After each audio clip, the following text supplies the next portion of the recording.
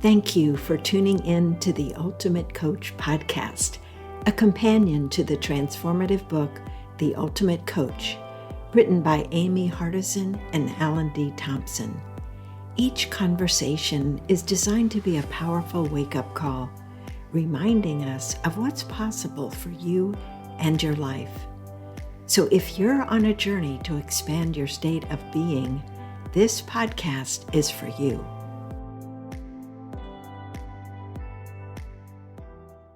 I'm so glad you've joined me for this episode of the Ultimate Coach podcast. I'm Meredith Bell, and today I am joined by our guest, Martine Cannon. Martine, welcome to the show. Thank you, Meredith. Lovely to be here. I'm so looking forward to our conversation today. Martine will be very familiar to those of you who've attended the Ultimate Experience events in Arizona and in the UK because she's been one of the speakers there. Martine's work for the past 20 years has focused on consulting with executives in some of the world's largest companies, and she focuses on leadership and organization development. This is a woman who is so impactful that she's known as the CEO Whisperer. New clients come to her as a result of her current clients singing her praises. Martine has profound insights that help her clients transform as individuals and as a company. And I'm so excited that she's going to be here today sharing her wisdom with us. So, Martine, let's jump in by asking you to share a little bit about your journey to the work you do today and how you learned about the being movement. Thank you, Meredith. Go a lot of places with the journey, but I think I'll start. I'm Australian born, and I would say back my key moment that stands out for me when I was about the age of 15. I had an appetite very early on to understand the world and to understand myself, my inner world, as well as the outer world. So I began learning to meditate at the age of 15. And I discovered that was incredibly hard, and I learned about, the monkey mind. But deeper than that, over the years, I think what I discovered was that despite my best efforts to control life and control things on the outside, I had no hope of achieving that. But what I could do was sense and experience an inner world that had a different level of depth and connection and calmness that I could rely on and trust. So I think that was a very earliest seed for me. And beyond that, I worked in business for many years. I was MD of a finance organization in the UK for a number of years and grew that to a £50 million business. And then I went on to really look at taking that on as a career. So I worked as a coach, a consultant to back then sort of mid to semi-large organizations. And now I support CEOs, global CEOs for companies that on average are about 300 million to 3 trillion. Yeah, sizable organizations working with CEOs and their top team and next 2 tiers down. But my work's not really in business coaching per se. It's much more about the inner transformational journey, because I think through my own experience, I've learned that whatever I can transform on the inside and make possible inside of me will show up on the outside. So working really with people in business who need to create, whether it be shifts and changes in industry or shifts and changes in themselves to be able to take on bigger projects or the seemingly impossible. That's what I support them with, is like who and how do you be on the inside that you can be that on the outside for what needs to happen. It's so powerful, and it's so congruent with what we hear in the Ultimate Coach book, in all aspects really of the being community. How did you learn about the being community? It sounds like it was very congruent with the work you were doing anyway. I had a coaching journey with Steve for 2 years, and I came to him, actually, it was my husband back then who showed me his website, and there was all these testimonials on Steve Hardison's website about what he was doing, who he was coaching. And in a way, I thought, who is this man who calls himself the ultimate coach? Like, who does he think he is? And I messaged him straight away and said, I'm interested in finding out more about you and what you do. And within, I think, 20 minutes, I had a message back, which surprised me. And within 2 hours' time, he'd sent me his phone number and said, call me up and let's have a conversation. So I phoned him up and we had a brief conversation, and he invited me to Arizona. I live in the UK. And he said, come and have a Be With session with me. So I think it was a week later, I turned up in Arizona and had a session with him. And led by, I would say now, more my arrogance and my ignorance of really the work that Steve was doing. So I didn't think he was a very good coach the first session that I had with him.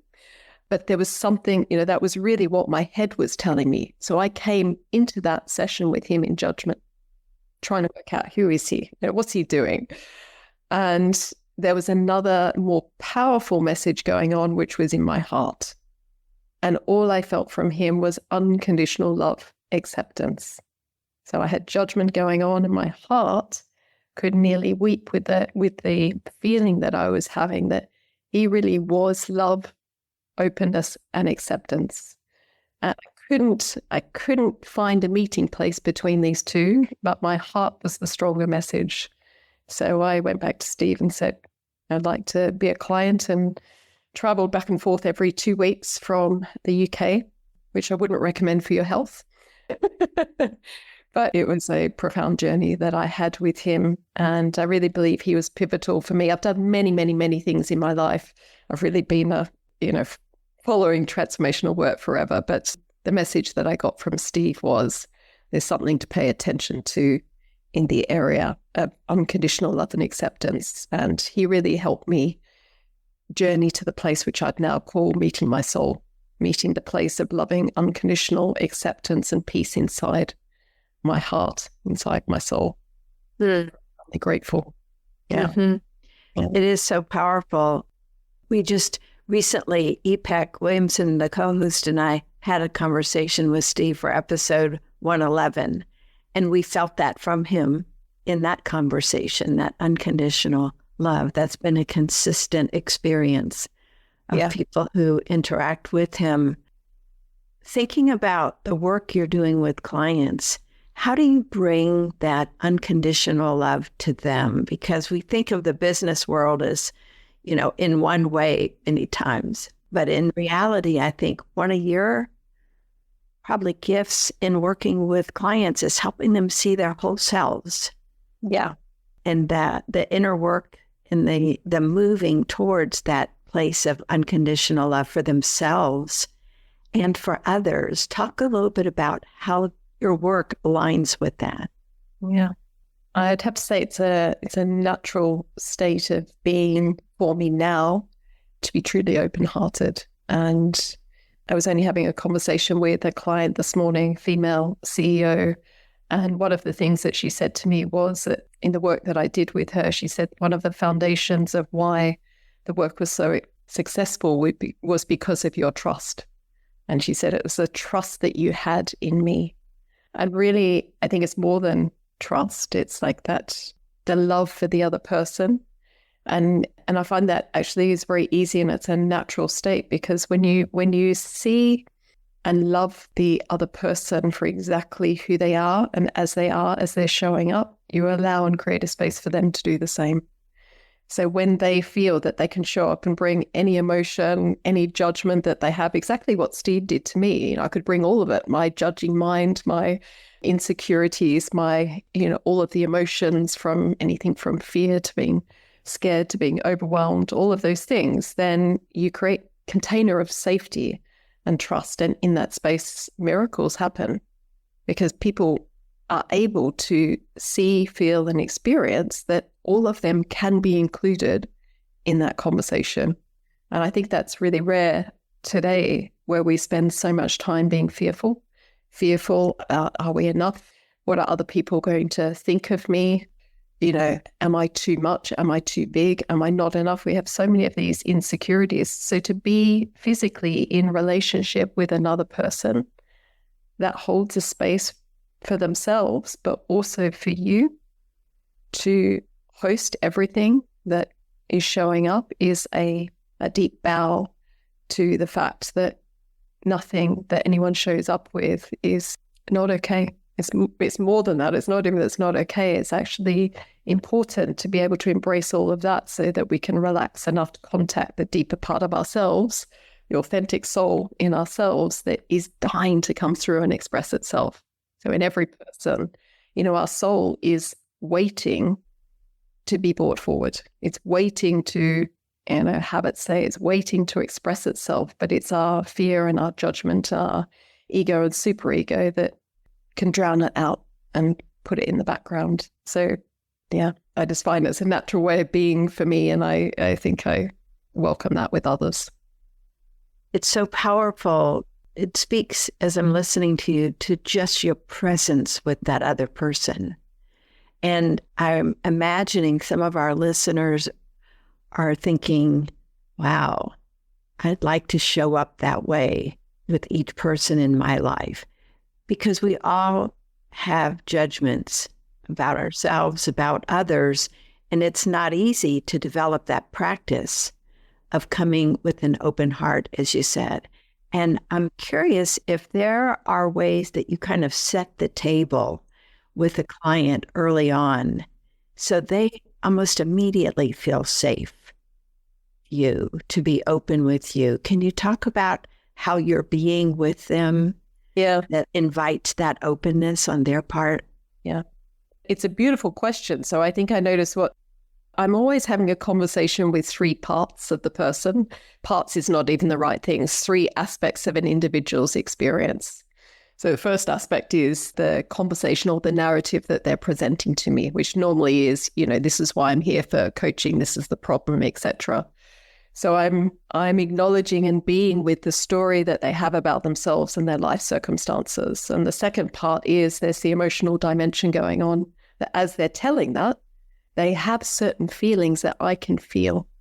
The dialoguing with them to say, I notice that I feel as I hear you talk about this. And by presencing the experience of the feeling that I feel as I'm with them, it brings that dimension of their experience into the conversation. So most times people are trying to push the emotions out and act as if I've got it sorted, I'm rational, I know what's going on. But what they're doing is they're cutting out an essential part of who they are. So by walking that in, it creates trust. It increases their level of authenticity because another dimension of their experience is welcome. And then the third level, which not many coaches, I think, do, and I think is essential in our work, is to notice how their nervous system is speaking to my nervous system. So what we know now is that our nervous systems co-regulate. So if somebody, for example, in an executive meeting walks in and they're super stressed, you will notice very quickly that everybody's nervous system will upregulate and everyone will start to speak faster, move faster, start to talk in things like, we have to do this, we should be doing this, we're not doing this. And what's happening is the nervous systems are speaking to one another. And this is below the level of our conscious awareness. So we're not even aware that our nervous system is signaling either stress or safety. So what I do is I feel and connect with the individual's nervous system, and I speak to and I work at the pace of that person's nervous system. And when you speak and pace another person's nervous system, what that does is you have the ability to start to co-regulate, which basically means help somebody relax their nervous system. And if you think about that, being in relationship with another person can be safe or it can be scary. And if I feel scared with another person, I'll start defending, justifying, going up in my head and creating a story about who I am and how I need to be. But if I feel safe, everything starts to relax. I can welcome in all of my emotions. I can have tears, for example, and not be critical. I can have the story. So that's really what I'm always looking at in terms of creating a container where those three aspects, and this is based on triune brain theory behind all of this, that all of these evolutionary impulses are at play. There's the nervous system, fight, flight, freeze, fawn response happening. There's the limbic system, the emotions happening, and there's cognition happening. So if I can talk to and relate to these three elements, There's nothing that can't be here with us in the room. You know, the whole thing of talking with or connecting with another person's nervous system, it had a calming effect on me just hearing you describe that, because we often aren't as aware of what's going on with that other person. I'm imagining a conversation we need to have with somebody, either at work or at home. And we're busy in our heads thinking about what we want to say, how we want to say it, anticipating what their reaction might be, and all these things that are busy in our minds. And it's an interesting practice to get to that second aspect of the person, to detect what their feelings are. Yeah. It's another whole level of practice and learning to really be paying attention and present. And what's occurring to me is how you can't be in your head thinking about what you're going to be saying if you're really focused on that second and third level of what's happening with that other person. Yeah.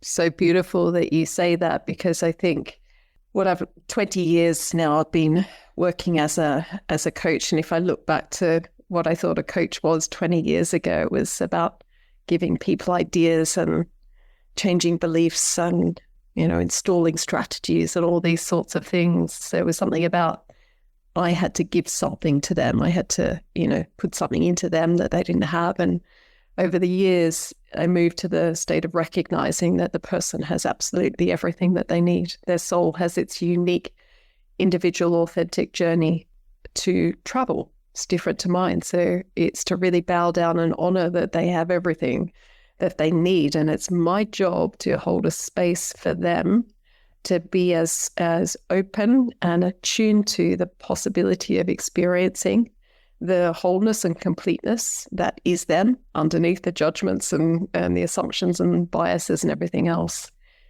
which requires of me that I can be a space of, just like Steve, openness, lovingness, free of judgment myself, and in a state of my authenticity and connected with my soul, so that we can be in a dance with one another in our essential nature together. So yeah, it's our work. I think I say as for coaches and consultants and anyone working with other people, our work needs to be on ourselves so that we can be as clear and clean and open as possible, so we can really finally tune into these subtle dimensions and cues that are always going on. I said I can't be up in my head, because then I'm just a head on a stick. Yeah, it just feels like there's this progression towards the focus being so much on that other person and what you're noticing at various levels about their state of being. Yeah. In that moment, and then being able to respond to that in the moment without prescribed ideas about, their next step, for example, because you can't know that going into the conversation. Exactly. And even if I think that I'm knowing those next steps here, it's just a clear sign that I've lost connection with myself and them, because I've gone up into my thinking, and transformation, it emerges in a moment. It's literally, you can't know what it's going to be.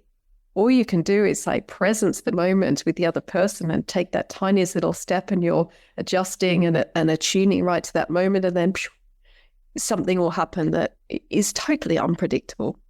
And it's the same with ourselves. It's like, as you work on your inner transformation, you can never know what's going to happen. Your head will tell you that you know what's going to happen and how it should happen. It never happens that way, ever. It's always more of a surprise. It's more mind-blowing. It's more satisfying. It's more fulfilling. It's more enriching the way that it turns up. That's the beauty and life. Yeah, and the word that's coming to mind as you're describing that is allowing. Allowing the other person to simply be where they are without any preconceived ideas of where they ought to be. And same with us. And I was applying this to myself as I was listening to you, because sometimes we can get in our heads. And while we're trying to stay open to hearing ideas, if we're really still in our heads, wanting a prescription to come to our minds or something else, we're kind of closing the door to the possibilities that could occur to us if we truly relax into the moment. Yeah. And that's what, I think in the being movement that we're talking about, it points to that thing I think we spoke about the other day, is like, you can't do being. So if you're thinking your way forward or strategizing your way forward, you are in the space of doing, which is not being. Being is like use the technical word ontological position, but it's what is emerging right here, right now, that I want to be as open and connected with as possible. And so it's like moment to moment to moment arising. And, I know we started off talking about people in business. That doesn't mean that you don't have a business strategy. It doesn't mean you don't have a plan and an org chart and everything like that.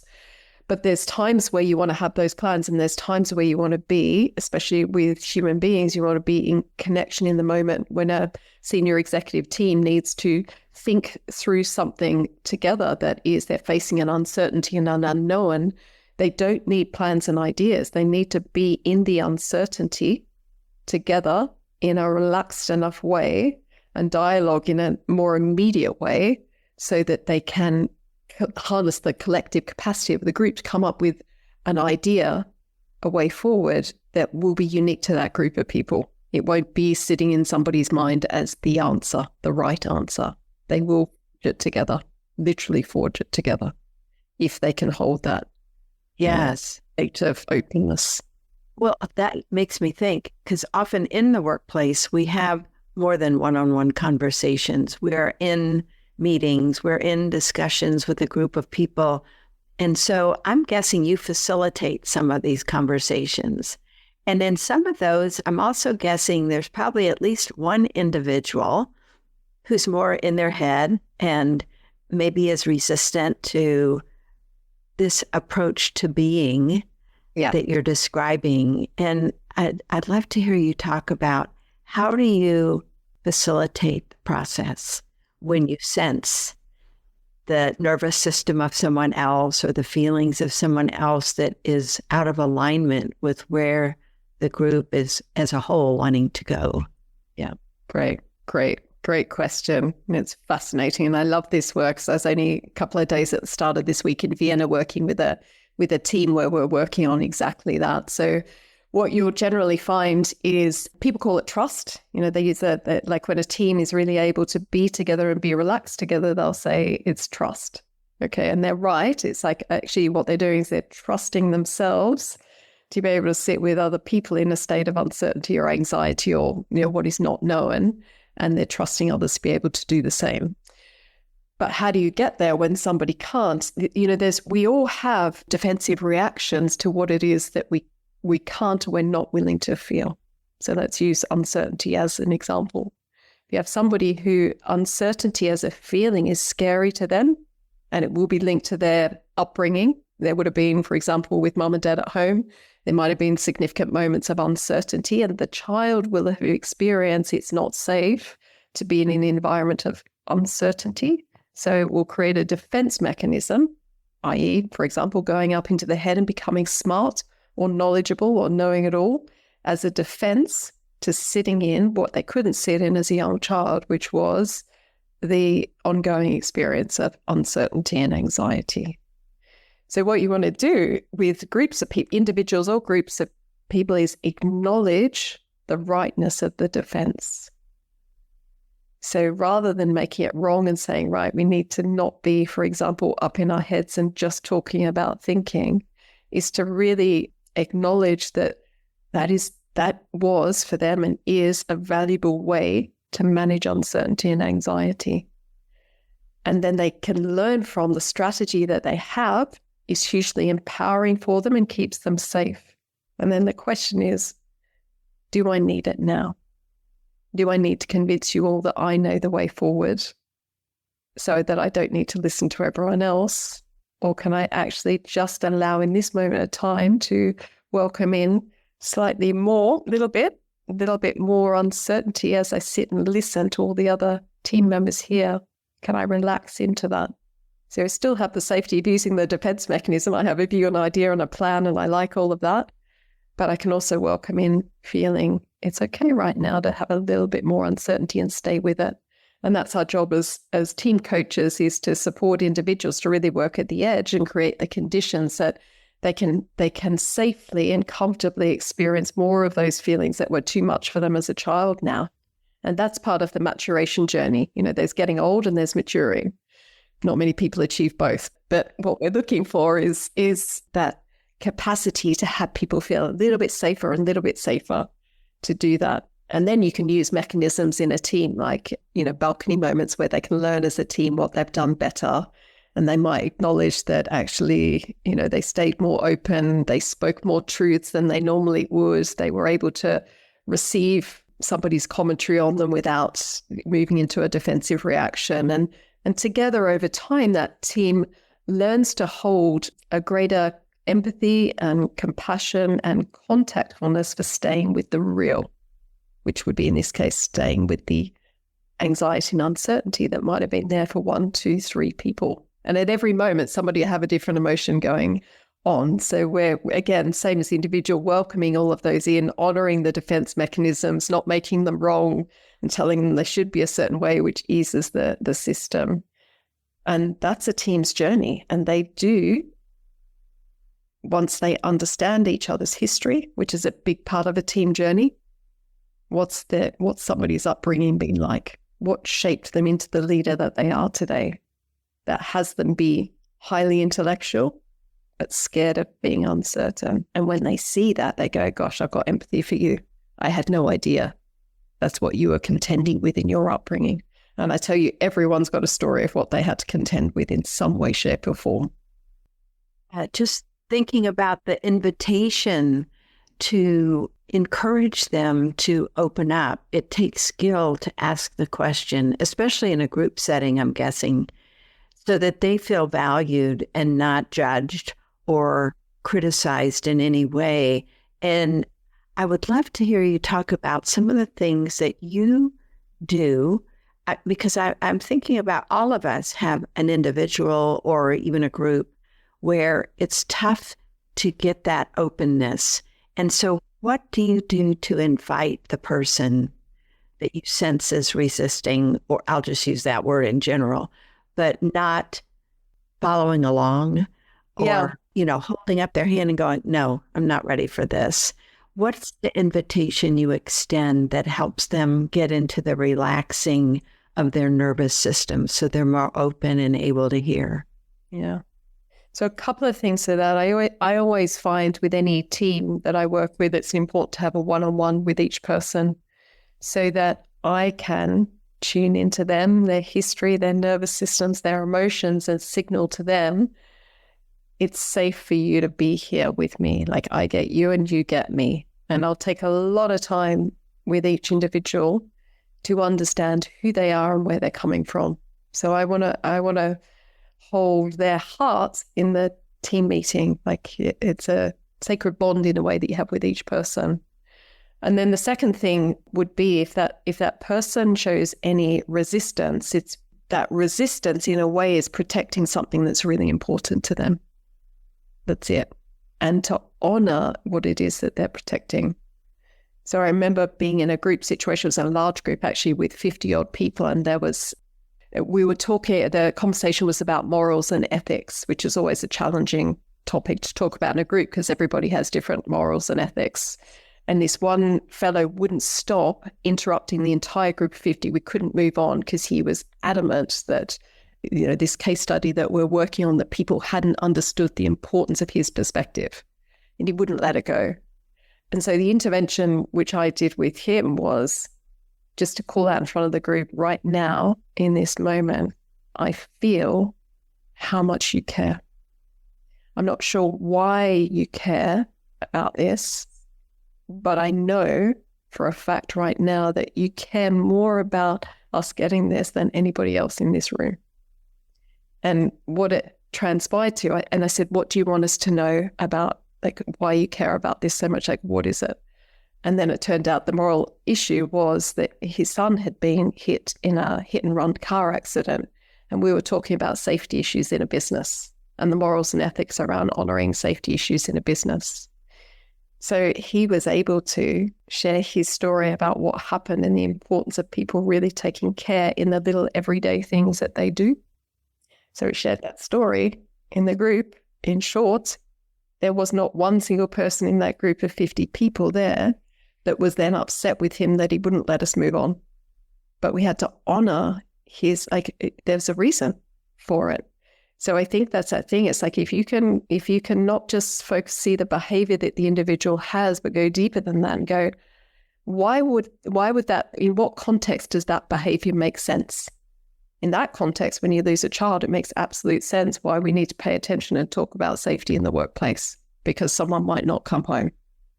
Yeah, validating everyone, whatever they come up, even if it shows up as annoying or distracting or changes the agenda, validate it, hear it, and something greater will open that's even more than your agenda moving forward.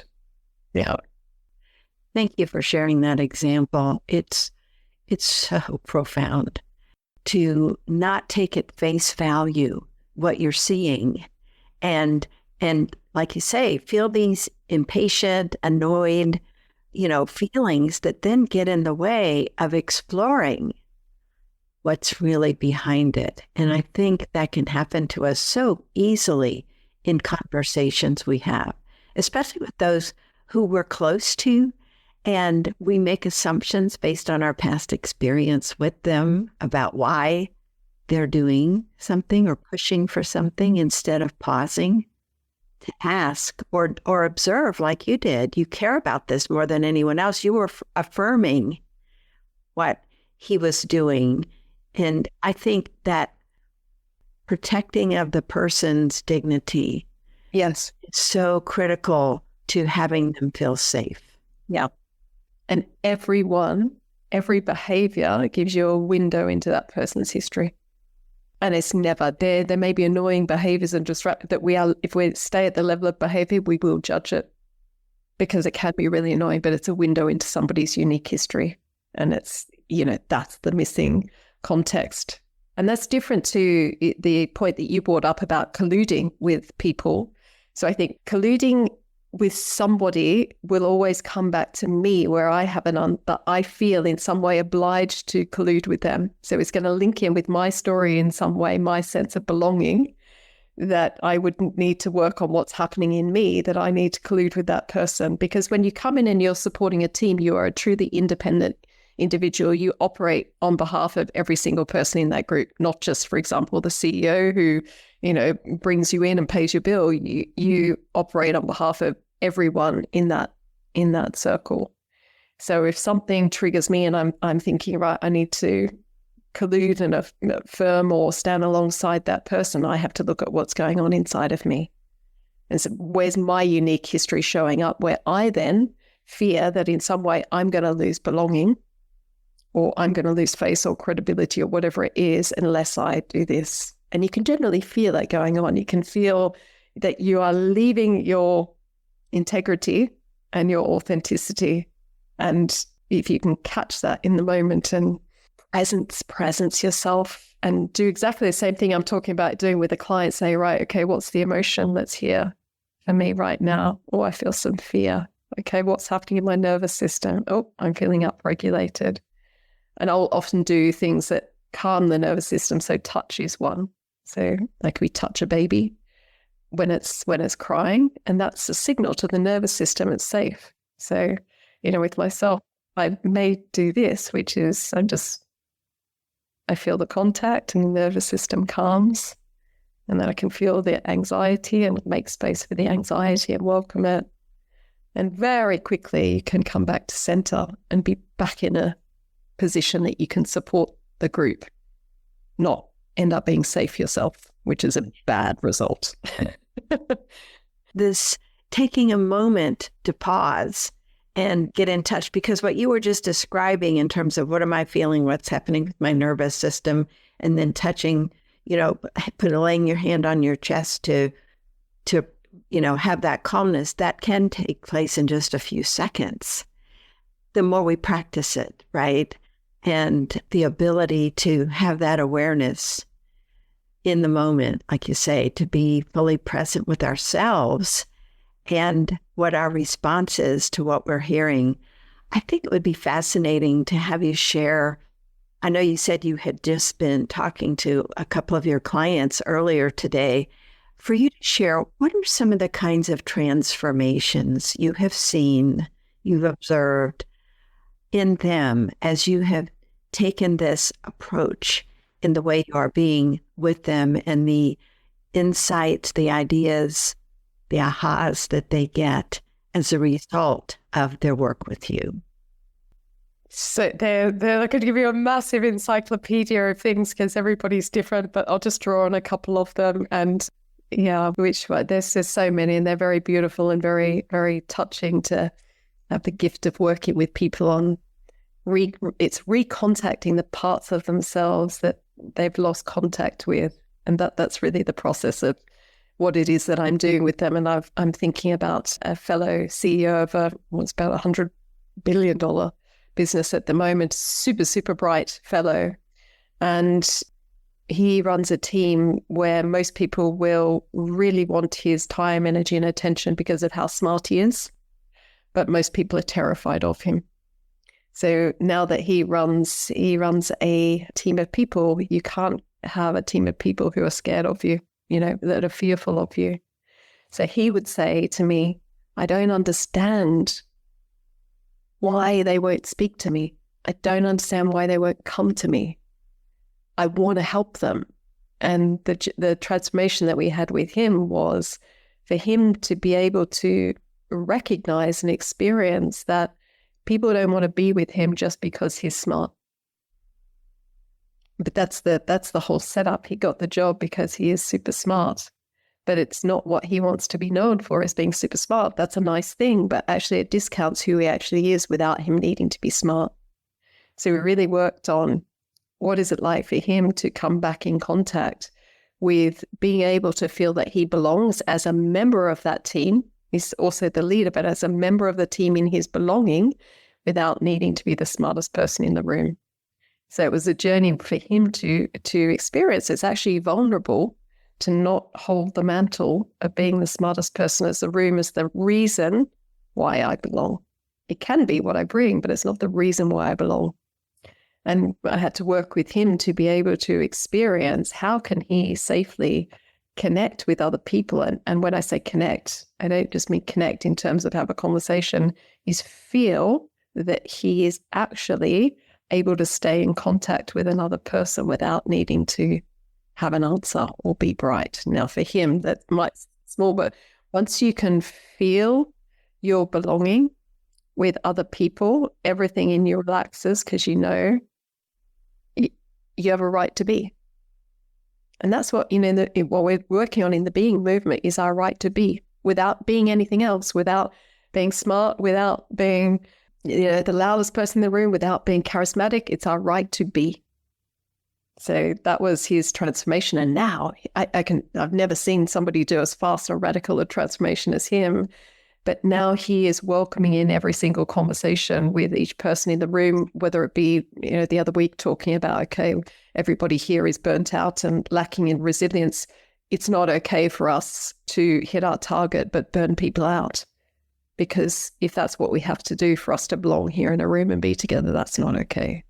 So he is really a stand for people being together first and foremost, bringing the issues that we need to talk about, but being all of ourselves in the process and bringing it forward. So people are now bringing all the conversations forward that they have, including one woman whose daughter has self-harm issues. She's bringing all of that into the team. All of that gets talked about.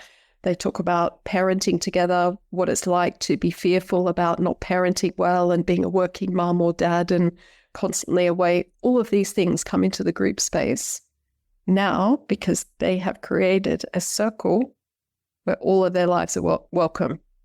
Now that supercharges the work that they do as an executive team, literally. You would think it would get in the way of it. It supercharges it. They would do anything for each other. And before that, they're in internal competition, working in silos together, competing for who's going to be next in line for the job. Now they show up 100% there for each individual. So that would be one example. I don't know if you want any more.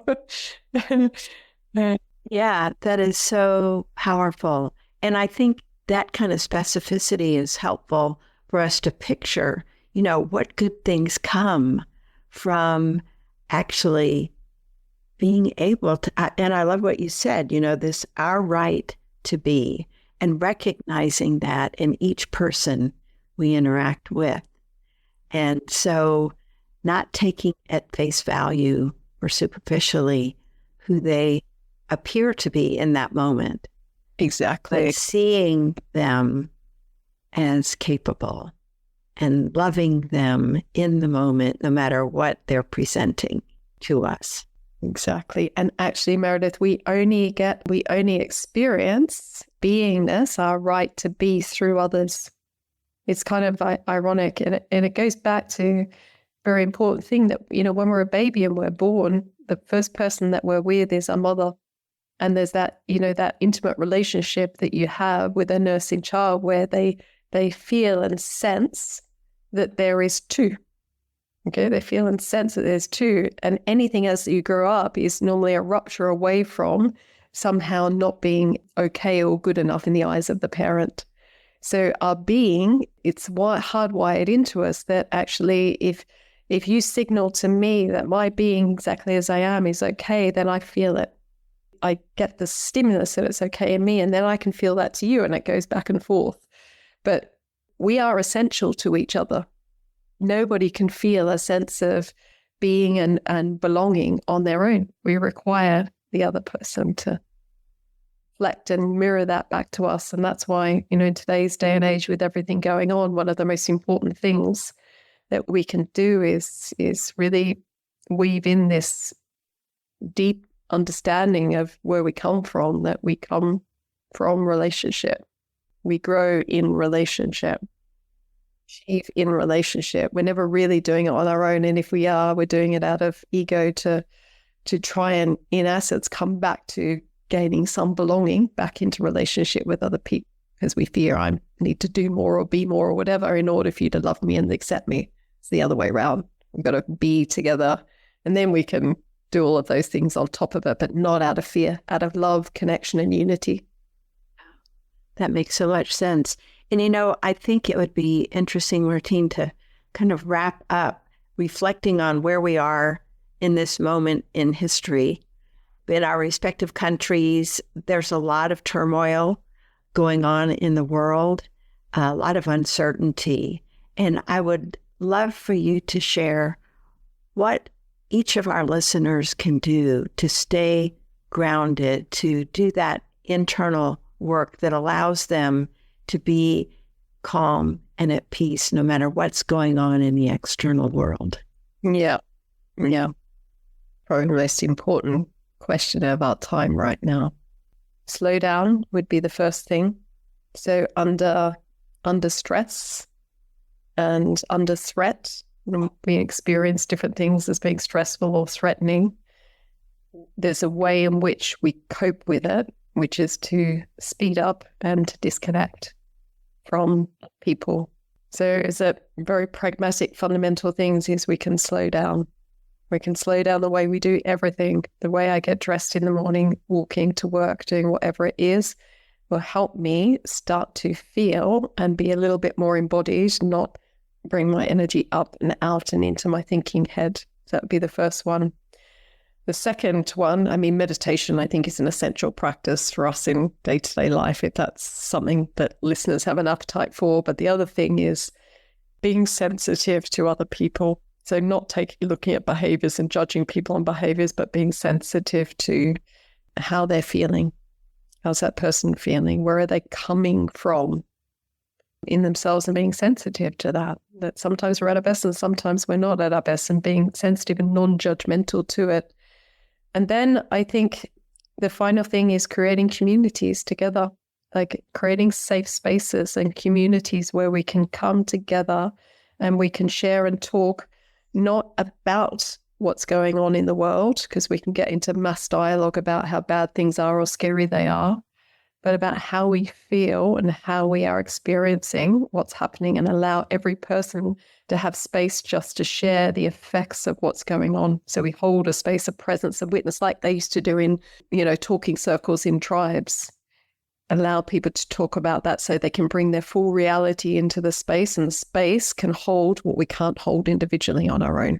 That's why teams are more powerful than individuals. The community is more powerful than individuals, because together we can hold way more, and we can be a space of loving, empathy, and witnessing for one another. Yeah, create sacred spaces, communities to contain. All four of those are really powerful in and of themselves, and combined, I think, can transform our own inner beings in our way of being. And as you were describing that fourth one on community, I was circling back in my head to what you were saying about the team that learned to really bring their whole selves to the team. And as a result, they always have each other's back. They're, in this together, and the energy moving forward is so powerful, I would think, and positive, no matter what was happening outside of their business. And the same thing for us, no matter what's happening outside of the world. Yep. Doing these practices that you've just suggested can keep us in a place of calmness, so we can respond more appropriately in a way that is helpful to us and is also helpful to those we impact.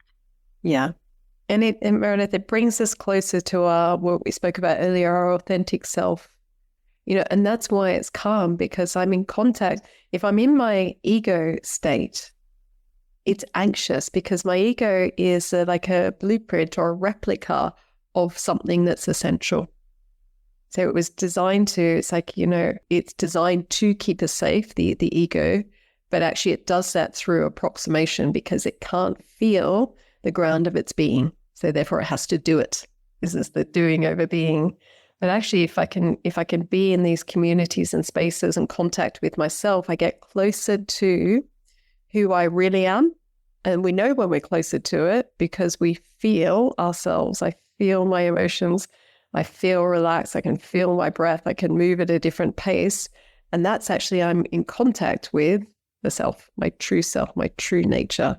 That's what's relaxing, is being in this body, in my home, with something I know. And there's so much out there in the world that I don't know. The one thing I can come back to is I know who I am. I know what I'm feeling. I know what's going on for me. And that's what's relaxing to us. If I get out into the unknowns, I get destabilized, and I've got to come back here. I'm never going to solve everything out there. I can only come back here. And then I can, feel my stability and safety and belonging here. And then I can go and take action out in the world and do my bit to change what needs to be changed. But we never change anything from fear. We only change it from peace, love, and acceptance in ourselves. So powerful, and such a powerful way to draw our conversation to a close.